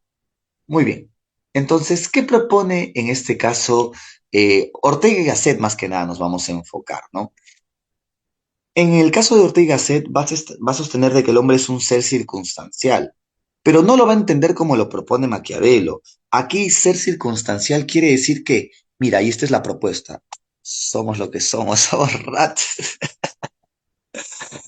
Me leyeron la mente, yo pensé en eso, exacto, por supuesto, somos eso, somos ratas. Ya, en ese sentido, eh, según Ortega y Gasset, el hombre no tiene una esencia definida. El hombre depende de las circunstancias y por circunstancias me refiero al contexto y la época que está viviendo para poder desarrollarse. ¿Me dejo entender? Por ejemplo, imagínate que tú ahora pues te preguntes, ¿no? ¿Qué puedo ser? Hay muchos jóvenes que me han dicho, no, profe, yo quiero ser streamer. Ahora, en esta época, en este contexto, tú puedes ser streamer. ¿Tú crees que si el Perú entra en guerra, ¿Tú vas a poder ser streamer? No vas a poder ser streamer. Stream de la guerra, pues vas a ir, sí, bacán, vas a ir a grabar cómo vas a la guerra y no regresas, por supuesto, ¿no? Claro, pero ya incluso si te da las neuronas para hacer un stream de la guerra, documentas la guerra, claro, puedes hacer eso porque estamos en una condición de tecnología, pues, ¿no? ¿Tú qué crees? ¿Que Platón podía abrir su canal de YouTube, que Aristóteles podía abrir su canal de Instagram, ¿no? De dar clases virtuales? No. ¿Por qué? Porque no tenían esa época, ese contexto, el desarrollo tecnológico que sí tenemos ahora. Por lo tanto, lo que tú eres va dependiendo del contexto y lo que la época te puede ofrecer. Si estás en un país que está en guerra, las posibilidades que se te ofrecen son pocas, las de ser soldado o las de ser un ayudante de la guerra. Y si decides no participar, eres un fugitivo. Pero es eso, tus posibilidades se ven limitadas. Nos inscribimos al Instituto de Barbie. No, al contrario, esto no es Barbie. Para Barbie tú puedes ser lo que tú quieras ser. Aquí no. Aquí para el estoicismo tú puedes ser lo que las circunstancias te permiten ser. Por eso Ortega y Gasset dice, yo soy yo, pero soy yo y mi circunstancia. Es más, la frase completa decía, yo soy yo y mi circunstancia. Si no la salvo a ella, si no salvo mis circunstancias, no me salvo yo. O sea que en el fondo tú dependes de tu época y tu contexto. Platón hubiera aprendido live en TikTok y tap tap a la pantalla de Platón, terrible. Por eso tiene miles de carreras. Así es, así es, así es, así es. Ya, ahora sí como guerreros. Ya, continuamos. Entonces, ese es el claro ejemplo, ¿no? Por ejemplo, eh, mira, un clásico ejemplo. Supongamos que tú eres de Loreto, ingresas a la Universidad Agraria de Loreto. ¿Tú crees que vas a poder elegir cualquier carrera que quieras? No. La carrera que vas a elegir es la que te puede ofrecer la universidad. En ese sentido, tú puedes estudiar una carrera dependiendo de la época y las circunstancias en las que te encuentres, el contexto. Y es que la carrera que estás queriendo, quizás medicina, no está en dicha universidad. ¿Me dejo entender? Es más, ustedes que están eligiendo quizás la carrera de medicina, de psicología, ¿por qué es? Porque quizás San Marcos sí ofrece esa carrera, mientras que la Uni no. Si la Uni también ofreciera, quizás no irían a San Marcos, quizás a Uni. Sería otro contexto, sería otra circunstancia. Muchos se contentan con San Marcos porque es la única universidad que ofrece la carrera que quieren. En ese sentido, eh, tú eres lo que las circunstancias hacen de ti. ¿Ya? Muy bien. Ya, para terminar ya, la última parte, que es un poquito extensa, pero ya con esto vamos terminando. Y voy a responder todas sus dudas. Ingeniero emolientero, por supuesto, se le llama ingeniero, pues, experto en empuje de máquinas que mantienen la temperatura. Ingeniero chaufer. Chaufero. Bueno, se le llama pues ingeniería industrial, ¿no? Ingeniería industrial, ¿no? Producir en masa, ¿no? El chaufero produce en masa, por ejemplo, ¿no? El panadero produce en masa. O se le llama también pues ingeniería agrónoma industrial, ¿no? ¿Cómo tiene otro nombre? Eh, industrias alimentarias le llaman, ¿no? Industrias alimentarias, producir alimentos. En fin, hablemos del existencialismo. El existencialismo tiene dos autores muy representativos y destacados. Uno de ellos es Jean-Paul Sartre y el otro es Martin Heidegger. Empecemos hablando de Jean-Paul Sartre. Jean-Paul Sartre, si abro la tiendita de postres que hice, si abro la tiendita de postres, me, me apoyan, depende de los postres, pues, ¿no? Si es, no sé, pues, ¿no? Y también cómo lo preparan, ¿no? Yo por lo general prefiero postres que no sean muy dulces, ¿no? Porque a veces uno compra un queque de chocolate y más que el chocolate siente el azúcar nomás, ¿no? Es como si estuviera comiendo una esponja con azúcar. No, no, no, prefiero sentir el chocolate antes que el azúcar. Y lo mismo en los postres, ¿no? Hay postres que son muy dulces, ¿no? Sí, así que sí, si tienes postres balanceados, equilibrados, yo creo que sí la haces, la rompes, ¿no? Eso falta. Muy bien.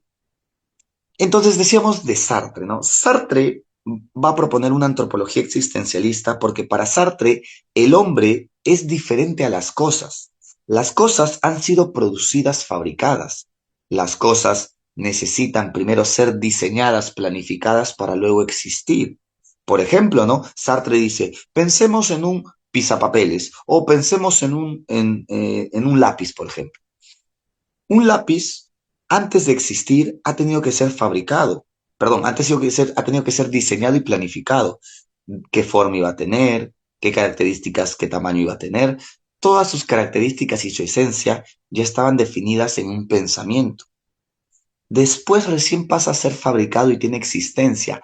Las cosas funcionan así. Primero tienen esencia, luego existencia. Pero eso no pasa en el caso del ser humano, dice Sartre. Sartre señala de que el hombre no decide existir, simplemente empieza por existir. Y mírense, nuestra existencia es indeterminada porque no estamos planificados. Ustedes definitivamente no han sido planificados. Simplemente, es más, no decidieron, no les preguntaron, oye, por si acaso, ¿quieres existir? ¿Quieres ser peruano? No, tú des- no decidiste, empezaste a abrir los ojos y ya estabas existiendo.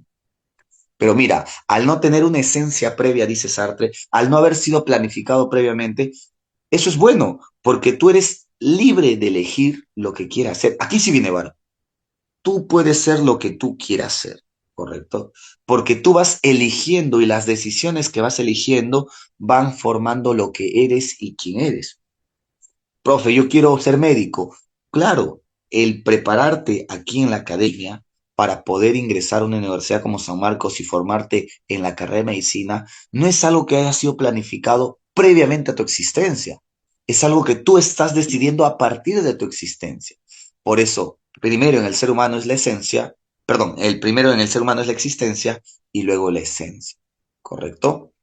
Muy bien, entonces recuerda, para Sartre, el hombre primero tiene existencia indeterminada que nos da libertad y a partir de esa libertad tomamos decisiones que nos van determinando y van formando quienes somos nuestras características. Esta manera de entender al hombre, según Sartre, se le llama el proyecto. El hombre será visto de manera similar a un proyecto, algo que se está realizando y formando porque no hay una esencia definida. Corrección, ustedes decidieron ser cicleros. Claro, es verdad. Muchas veces muchos jóvenes dicen, profe, yo no voy a estudiar filo, qué aburrido.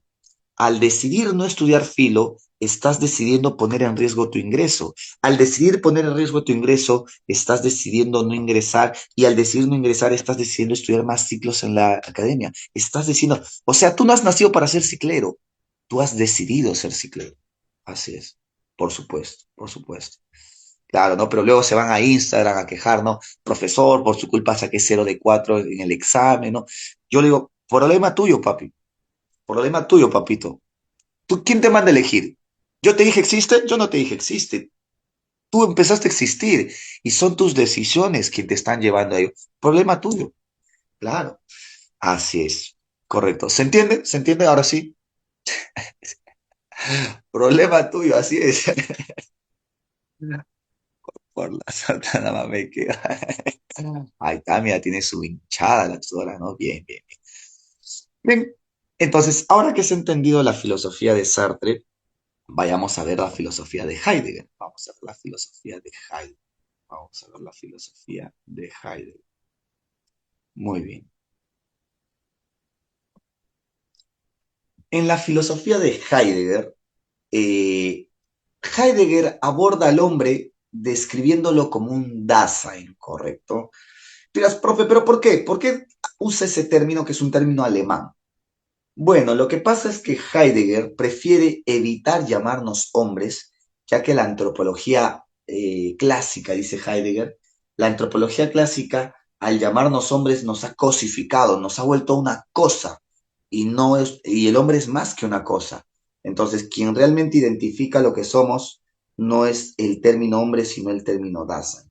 ¿Y qué es lo que somos, profesor? ¿Qué significa ser Dasein?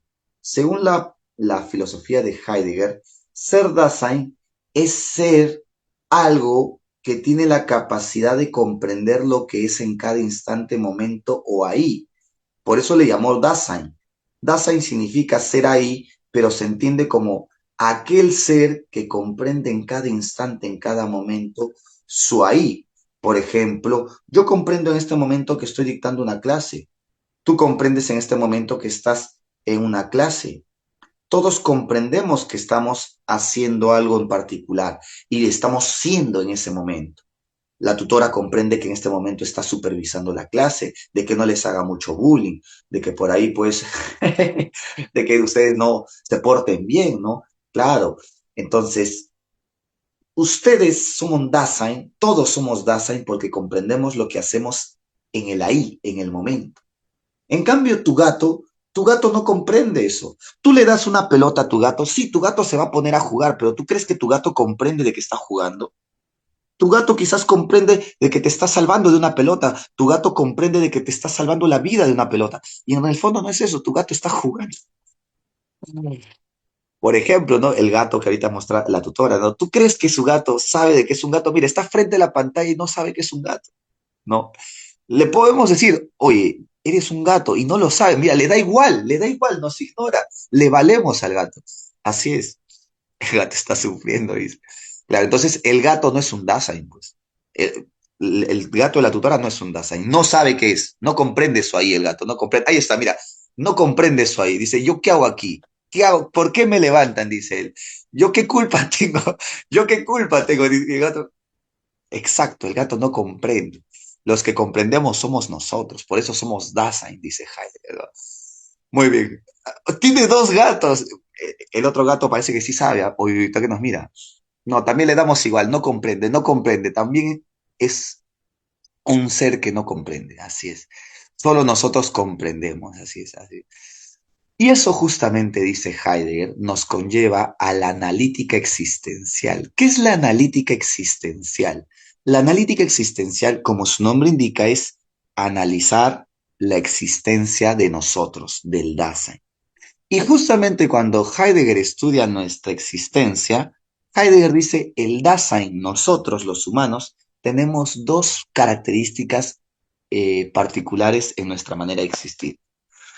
Y esto me recuerda mucho a una obra de Heidegger llamada La pregunta por la garrapata y el aburrimiento. Suena bastante raro, ¿no? La pregunta por la garrapata y el aburrimiento. Lo que pasa es que Heidegger retoma una idea que en algún momento se le ocurrió a Kant y también se me ocurrió a mí en un momento. Yo recuerdo que se me ocurrió esa pregunta, pero no sabía que Heidegger la había desarrollado. Kant dice, pues, ¿no? Claro, todos nosotros conocemos de acuerdo a nuestras facultades y conocemos el mundo porque nosotros construimos esa manera de representar al mundo. Construimos imágenes porque tenemos ojos para ver, construimos sonidos porque tenemos oídos para escuchar y construimos una idea del mundo porque es nuestra manera de conocer el mundo. Pero imagínate en el caso de los animales, imagínate en el caso de una pulga, una garrapata, dice Heidegger. ¿Cómo representaría y conocería el mundo esta garrapata si no tiene las mismas facultades que tiene el individuo? Entonces, partiendo de esta idea, Heidegger va a decir, el hombre, el Dasein, existe de una manera diferente a los demás. La carpeta existe, el lapicero existe, la computadora existe, pero no existen de la misma manera que existe el Dasein. ¿Por qué, profesor? Porque nosotros existimos de forma abierta al mundo. ¿Cómo es existir de forma abierta al mundo? Siempre que existimos, estamos relacionándonos con el mundo. Por ejemplo, aquí viene el caso de la garrapata. Ojo que esto no es invención, ¿ah? Heidegger estudia el caso de la garrapata a partir de una investigación biológica de un biólogo llamado Wexley.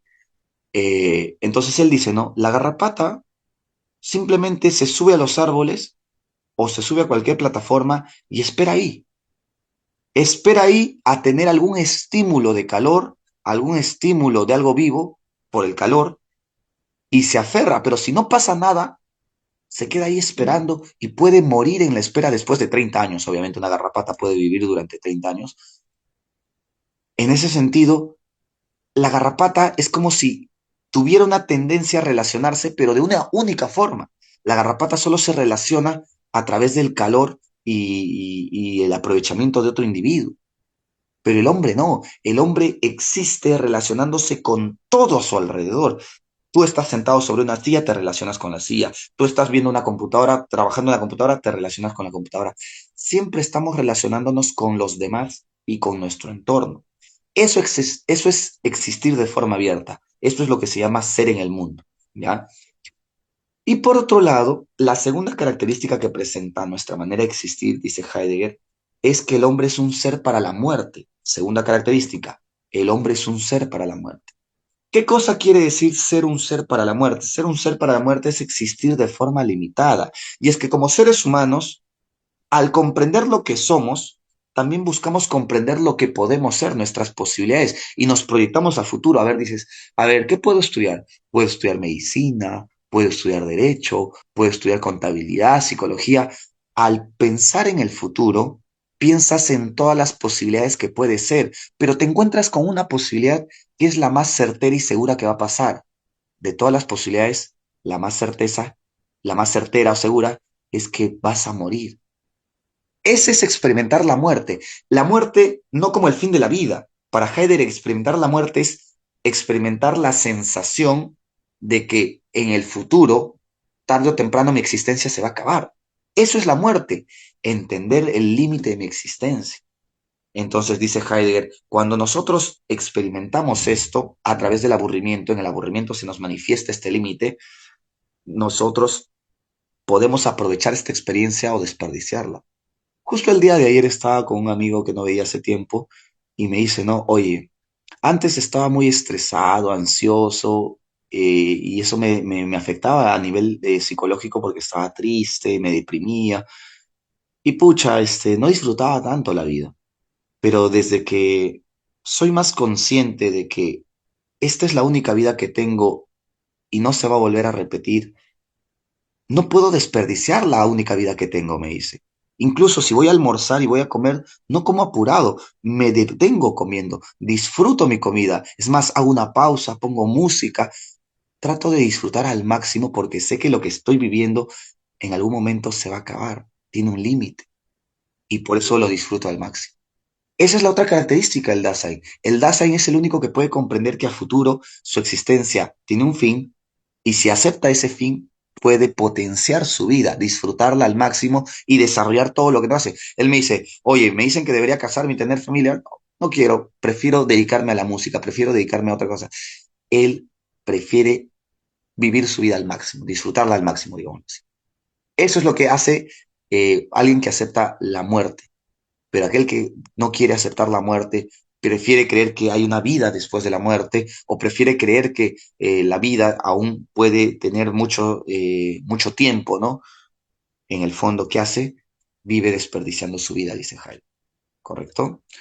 Ya bueno, en fin, hasta ahí. Esa es la antropología de Heidegger, partiendo del concepto del Dasein.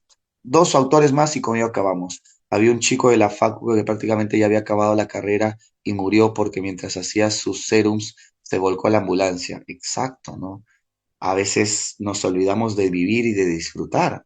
Claro, no está mal tener proyecciones a futuro. El problema es que vivimos tanto pensando en el futuro que nos olvidamos de disfrutar el presente, ¿no? Suena muy cliché, pero es así, por ejemplo, ¿no? Imagínate que tú quieres tener tu departamento y te pones a ahorrar durante 10 años. Y yo conozco personas que de verdad durante los 10 años, es más, ni siquiera comen bien. Y llegan a tener su departamento, pero ya están todos acabados, enfermos, muriendo.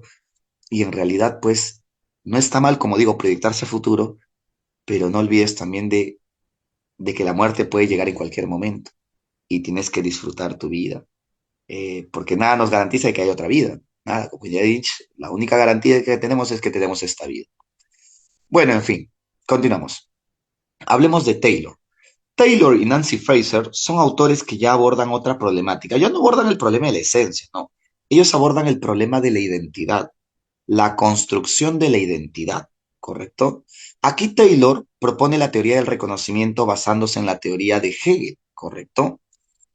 Recomiende los lugares para salir a pasear. Bueno, si les gusta salir a pasear, un buen lugar para salir, dependiendo de lo que busquen, ¿no? Por ejemplo, a mí me gustaba ir a conciertos, iba al centro de Lima. Si quería ir a la playa, me iba a Barranco, porque hay también lugares para pasear, hay playa, ¿no? Si quería ir a caminar, está el centro de Lima también, por ejemplo. eh, Les recomiendo que vayan al Chifa El Dorado, que es un chifa que está en un 12.º piso en un edificio de, de San Isidro, ¿no? Muy bueno. La comida es genial, es decente, no es lo más rico, pero pucha, es un buen lugar. Películas también, disfruten ver películas. Le digo a los alumnos, ¿han visto películas? No vemos películas. ¿Qué hacen con su vida? Digo. Bueno, en fin, les hablo de Taylor para terminar y luego hablamos de eso. ¿Les parece? Ya. Y un lugar acorde a nuestra condición, un lugar acorde a su condición. Mm, un lugar acorde a su condición. Dime de qué distrito eres y te diré un buen lugar donde puedas ir a comer y a distraer. Conozco algunos, no todos, ¿no? El Agustino, el rico Agucho.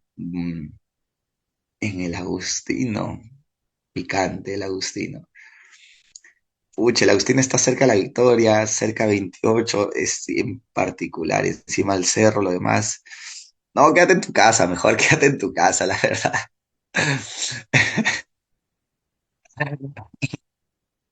Es que es cierto, el Agustino, si no conoces, te van a parar de patas arriba, ¿no? Chaclacayo, uy, Chaclacayo no conozco, discúlpame, ¿no? Es que ya es provincia, pues ya no conozco provincia. ¿Qué te puedo decir? O sea, yo conozco, a mí, mi padre me dijo como Mufasa le dijo a Simba, ¿no? Simba, no vayas allá, más allá de Ate, no vayas, ya eso está prohibido, ya eso ya no es Lima, es provincia, ya, correcto. En Magdalena no roban. Ah, Magdalena no, Magdalena es tranquilazo, ¿no? Magdalena está cerca de la playa también, Magdalena del mar, ¿no? Está cerca de la playa, es tranquilazo. Así es. Más bien, claro, ¿no? Si van al Agustino, su ser se acaba ahí, su ser se acaba ahí, al toque nomás. Ahí les llega la muerte sin necesidad de pensar, su ser se acaba ahí. Así es. San Martín de Porres, uy, San Martín de Porres. Con decirte que los militares paran en San Martín de Porres, ¿por qué será? Ya tú sabrás, ya tú sabrás. ¿Por qué los militares paran ahí? Porque Caraballo, bueno, en Caraballo falta pista, pues no falta carro, ni carro llega a Caraballo, ¿no? Claro, me dicen puro colectivo nomás. Así es. Ancón, pues, ¿no? Es Caraballo, Caraballo. Ya, para terminar. Entonces, les decía, ¿no? Según Taylor, mi identidad, lo que yo soy, no depende de mí. Eso es lo que creerían los liberales, dice. Los liberales creen que yo solito construyo mi identidad. Si yo soy hombre, esa identidad la he construido yo. Si yo soy mujer, esa identidad la construyo yo. Si yo soy bueno, yo soy malo, soy docente, soy doctor, esa identidad la construyo yo. Y Taylor dice, no, no es así. En realidad, necesitamos del reconocimiento de los demás para construir nuestra identidad. Por ejemplo, ¿qué pasaría si yo estuviera en una habitación totalmente aislado del resto del mundo? ¿Cómo yo podría saber si soy profesor o no soy profesor? No podría saberlo. Es más, ¿cómo podría yo saber si soy un buen o un mal profesor? No podría saberlo. ¿Cómo podría yo saber si soy humano o no soy humano? No podría saberlo. ¿Cómo yo podría saber si soy varón o soy mujer? Tampoco podría saberlo. Si yo sé quién soy, profesor de filosofía, si soy buen profesor, mal profesor, si sé que soy un varón, si sé que soy humano, si sé que soy peruano, es porque hay otros que me reconocen de ese modo. Un claro ejemplo de esto es la era de Hielo 2. En la era de Hielo 2 eh, existe una mamut llamada Ellie. Ellie cree que es una zarigüeya, pero ¿por qué cree que ella es una zarigüeya? ¿Por qué tiene su identidad como zarigüeya? Porque el resto, su entorno, sus hermanos, obviamente adoptivos, la tratan como una zarigüeya. Claro, la reconocen como una zarigüeya y por eso ella se comporta de ese modo. Eso es la teoría del reconocimiento. Eli sostiene de que su identidad ha sido construida a partir de cómo los demás la han tratado y la han reconocido. Las zarigüeyas la han tratado y la han reconocido como una de los suyos, ella cree que es una zarigüeya más. Pero claro, esto también es problemático, ¿no? Tú dirás, profe, entonces, si yo, los demás me reconocen como mujer, yo soy una mujer, pues sí, y esto justamente nos invita a pensar el caso de Pancho de Piérola, ¿no? Ustedes quizás habrán escuchado de Pancho de Piérola, es un periodista peruano que ataca bastante la ideología de género, que es transfóbico, desprecia a las personas trans, y yo no estoy para criticarlo, pero tampoco para defenderlo, ¿no? Simplemente describo lo que pasó en su caso, ¿no? De tanto que atacaba a la comunidad LGTBIQ y a las mujeres trans, porque para él no hay mujeres trans, solo hay mujeres de nacimiento, sale una mujer en redes sociales a decir, oye, tú atacas mucho a la comunidad y dices que no hay mujeres trans, pero un día, en una noche, en un bar en Barranco, la noche de Barranco se llama el bar, tú te me acercaste porque me viste como mujer, me trataste como mujer me insinuaste como si fuera una mujer y me terminaste besando pensando que eras una mujer. Entonces, claro, él se comportó de ese modo y la veía de ese modo porque la reconocía de tal modo. ¿Me dejó entender? Entonces, ¿qué cosa es una mujer? Una mujer es una identidad construida y que se reconoce de dicho modo, ¿correcto? Claro. Y él dijo, no, que yo no sabía que esto, que el otro. Pero al fin y al cabo, ¿qué son las identidades sino construcciones sociales a partir del reconocimiento de los demás? Claro, ¿cómo sabes tú que eres varón? Por tu forma de vestir, pero esa forma de vestir, ¿quién te ha dicho que es propia de un varón? Otras personas, otros, me dejo entender. Claro. Entonces, ese Carlos, por favor, no hables de tus experiencias, Carlos. En ningún momento yo dije que él mencionó eso. Eso ya es algo que tú estás infiriendo y toda inferencia parte de una experiencia. Así. Muy bien. Entonces ahí está el detalle. Ya se fue en Yaris, como dice, ¿no? Ya es mucha locura lo de Carlos, ¿no? Bien, en fin, al fin y al cabo, esa es la propuesta de Taylor. Si queremos mejorar la sociedad y la condición humana, tenemos que hacer que haya un mejor reconocimiento entre las personas. Por ejemplo, antes los varones tenían que vestirse con pantalón, las mujeres con falda obligatoriamente. Las mujeres no podían vestirse con pantalón. Por eso es que muchas mujeres a modo de protesta cortaron sus faldas y crearon la minifalda. Y eso le molestaba a los varones porque sentían que estaban mostrando demasiado. Entonces, de ese modo, al protestar, les permitieron también a ellas usar pantalones. Entonces, en el fondo, querer mejorar la comunidad, la sociedad y la condición humana es tener que mejorar las condiciones de reconocimiento a las diferentes culturas y a los diferentes individuos de una misma sociedad. Y eso nos conlleva a hablar, para terminar ya, de Nancy Fraser. ¿Por qué nos conlleva hablar de Nancy Fraser? Vamos a poner aquí. En el caso de Nancy Fraser propone su teoría bidimensional de la justicia que ha sido pregunta en el examen de admisión del área en la última fecha, ¿ya? Alguno de ustedes quizás recordará esta teoría o esta pregunta o a la autora misma, ¿correcto? Muy bien. ¿Qué propone Nancy Fraser? Nancy Fraser propone de que en la sociedad, para mejorar la condición económica, sí, está bien, tenemos que enfocarnos en mejorar el reconocimiento cultural, pero el problema, dice Fraser, es que los movimientos feministas olvidaron la dimensión económica. Y por eso Fraser dice, para poder mejorar la condición social y antropológica, la condición humana, tenemos que mejorar la cultura, pero también la condición económica. ¿De qué me sirve decirle a la mujer, oye, sabes qué? Tú vales igual que yo, tú igual eres igual de valiosa que los varones, si en la práctica sigues siendo discriminada económicamente? Por ejemplo, ¿de qué me sirve decirle a mi esposa, oye, eres una gran mujer y vales mucho para mí, si en la práctica no le permito que tenga oportunidad de trabajar y tener ingresos propios? A eso se le llama violencia económica, que una mujer no pueda tener un trabajo o ingresos propios y dependa de los ingresos del esposo, ¿me dejo entender? Claro, entonces en ese sentido, estamos hablando de una condición de reconocimiento cultural, pero que sin mejora de condiciones económicas termina siendo una incoherencia. Por eso, al fin y al cabo, Fraser va a decir, para que haya una mejora de la condición humana, tenemos que reconocer mejor a las culturas, pero también ir de la mano de una mejor condición económica. Y ya posteriormente, esto es un extra, Nancy Fraser escribe otra obra donde agrega una tercera dimensión. Por eso ya después se podría decir que agrega una dimensión más, sería la dimensión tridimensional o la teoría tridimensional. La dimensión que ahí lo he puesto abajito dice la teoría o la dimensión política. En la dimensión política todos tienen que tener acceso a participar de las decisiones políticas, dice Nancy Fraser. ¿Cómo así? Por ejemplo, ¿de qué me sirve de que nosotros tengamos presidente si el presidente busca el desarrollo económico, mas no busca mejorar las condiciones de los diferentes individuos de la sociedad? Puede ser de las mujeres, puede ser de los indígenas, puede ser de los lugares más aislados, puede ser de las personas con discapacidad visual, como ciegos, como sordos, puede ser de personas indígenas. Entonces, esto se ha aplicado en México y un requisito a los partidos de México que se les ha brindado es que a los partidos de México se les ha pedido como requisito de inscripción que dentro de los integrantes de los partidos cierto porcentaje de candidatos sean mujeres para que representen a las mujeres dentro del partido. Otro porcentaje sean indígenas para que representen a los indígenas dentro de su partido.